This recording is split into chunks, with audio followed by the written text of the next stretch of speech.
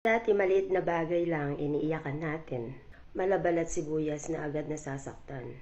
Akala natin napakahina natin. Akala natin aping-api tayo at tayo na ang pinakakawawa. Kasi hinahayaan lang natin ang ating sarili na masaktan lang ng masaktan. Ang lahat ng sitwasyon ay laging nakaayon kung paano ka umaayon.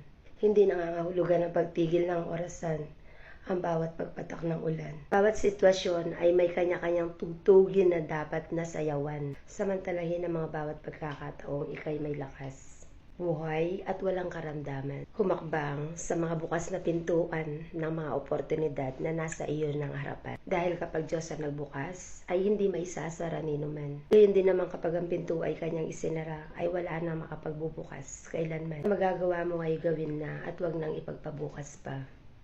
Dahil hindi natin hawak ang mangyayari bukas. Kung ito'y paglilingkod sa Kanya, ilingkod mo nang may lakas ka pa.